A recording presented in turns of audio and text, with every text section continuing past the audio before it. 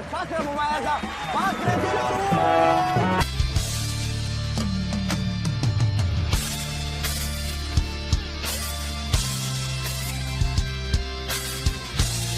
ازيكم حبايب قلب القرد بيسو، وحشتوني جدا. معانا النهارده قصة جريمة خلتني انا شخصيا شعر وشي يقف.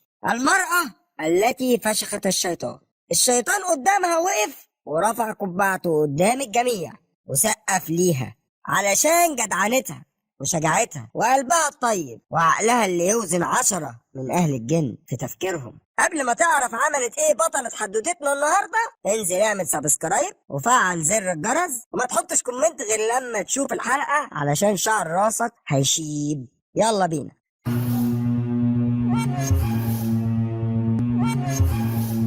ازيكم مرة تانية.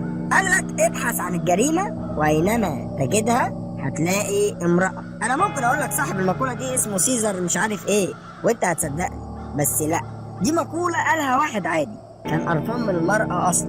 من سنتين كده تقريبا طلع علينا عشيق وعشيقته وفضلوا يعملوا الرذيلة لحد ما الشيطان خزوق امهم وخلاهم يقتلوا جوز العشيق، واتفقوا وقتلوه بالحجة المشهورة انهم كان نفسهم يعيشوا مع بعض. القصة المهروسة دي على اساس انهم اصلا مش عايشين مع بعض والحب مولع في الذرة وكده. يعني من النظرة الاولى القضية انت كشخص عادي هتقول ايه؟ هقول لك انا هتقول ليه ده كله؟ كانت ممكن يهربوا مع بعض مثلا وترفع قضية خلع وتتهبب على عين ابوها وتتجوز الحيوان ده بعد ما تخلع الراجل الغلبان اللي كان معاه، او تشوف اي حل غير انهم يقتلوا جوزها اللي هي بتستغفله اصلا من البدايه. او هو ده بقى اللي قاله الشيطان بعد ما شاف تصرفات البشر المرعبه والغريبه.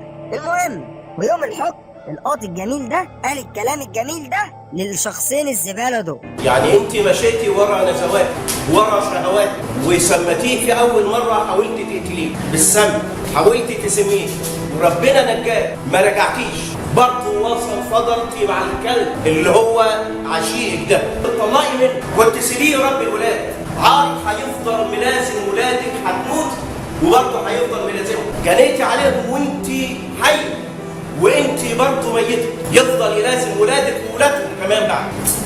كنت تسيبيه يا رب العيال، وكان مجتهد وكويس، حاول يرضيكي بكل السبل. عايزه بيت بره البيت، بره البيت العيله، جاب لك بيت، اشتغل في مكان واشتغل وظيفه ثانيه ويجيب ويحطيلك ويديلك الفلوس، وانت ماشيه في الخساره برضه والخيانه والخس والندالة. اخص عليكي لعنه ربنا عليكي اليوم الدين، اخص عليكي لعنه ربنا عليكي اليوم الدين. للبشر تقريبا وتقريبا بسم الله ما شاء الله بقى يجيب ورقه وقلم ويقعد يكتب ورا البشر الافعال الغريبه اللي هم بقوا يعملوها. بس الغريب بقى في قضيتنا النهارده ان بنت العمرانيه البار جدعه بزياده، وده اللي هنعرفه لما اقول لكم القصه بدات ازاي. القصة بدأت لما تتجمع الزبالة كلها في سلة واحدة شغالة خدامة وجوزها شيف ومعاها صاحبتها خدامة زيها. فبحكم انهم ولاد كار واحد، دي بتروح عند دي ودي بتروح عند دي.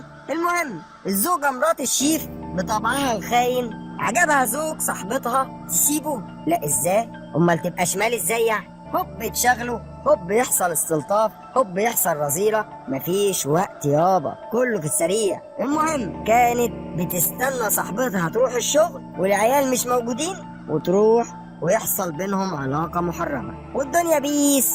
بس ربك لا بالمرصاد. كل واحد مننا بيبقى ليه نسبة ستر. لما بتصمم على معصية الخالق سبحانه وتعالى بيسلط عليك نفسك، وإياك وربنا يسلط عليك نفسك قادرة توديك جنب أبو جهل في جهنم ذات نفسه. المهم إنهم في قعدة صفا كده وحب واستلطاف وهم قاعدين كده عقلهم هيأ ليهم الجنة المزعومة اللي هيبقوا فيها لو كل واحد منهم خلص من شريك حياته وعاشوا مع بعض في تبات ونبات ويعملوا الرذيلة بقى بحرية بقى. قال يعني ما كانوش عارفين يعملوها وهم على ذمة جوازها.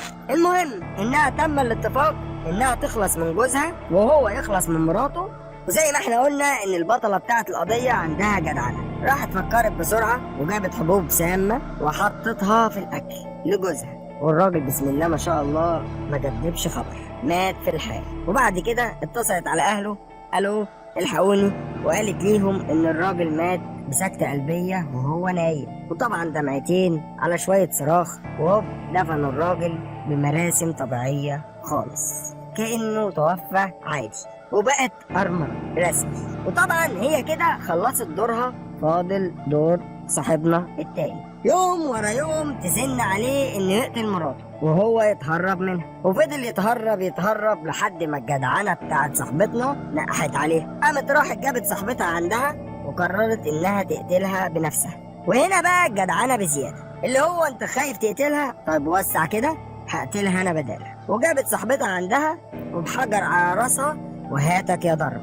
لحد ما ماتت. وراحت جابت شنطة سفر كبيرة وحطت الجثة فيها، واتصلت على تاكس وخدت الشنطة لحد الدائري فوق ورمت الشنطة وهاتك يا روح. حد ظريف خفيف مركز معايا طول الحلقة وهيقول لي وصاحب التاكس ما استغربش وهي بترمي الشنطة؟ هقول لك ليه. انا اتكلمت على القضية دي ليه بالذات؟ علشان الفجرة دي ضربت كل القواعد في الحق، علشان طلعت على علاقة مع واحد تاني كمان، وعلاقة محرمة كاملة. مش بقول لك فجر يا خليفة. المهم بعد ده كله المعلمة قالت انها كانت مخططة لكل حاجة صح، وان السبب في ان الامر يتفضح وان الجريمة تنكشف هو خوف وغباء عاشقها اللي اتصلت عليه بعد ما قتلت مراته علشان يبلغ باختفاء مراته. وبسبب غبائه الحكومة شكت فيهم هما الاتنين، وهي حاولت تهرب بس اتمسكت واعترفت بالجريمة وتحولوا للنيابة هما الاتنين. شفت ان البطلة بتاعتنا قدرت تجبرنا نتكلم في القضية ازاي؟ شفت ان الحرام والظلم اخرته وحشه. شفت ان لو ستر ربنا اتشال علينا كلنا نبقى عرايا. شفت اننا من غير ستر ولا حاجه. شفت لو ربنا سلط عليك نفسك هتتأذي وهتبقى قاسي عليك اكتر من الغريب. شفت اننا ولا حاجه. شفت قد ايه ان الخيانه حاجه قذره زي اللي بيعملها بالظبط. صدق العزه لما قال الصلاه تنهى عن الفحشاء والمنكر. ربنا يرحمه. وما تنساش تعمل اشتراك وتفعل زر الجرس وكومنت، ما تنساش تشجعنا فيه علشان نقدر نكمل. انزل بالتتر يا خليفة. سلام.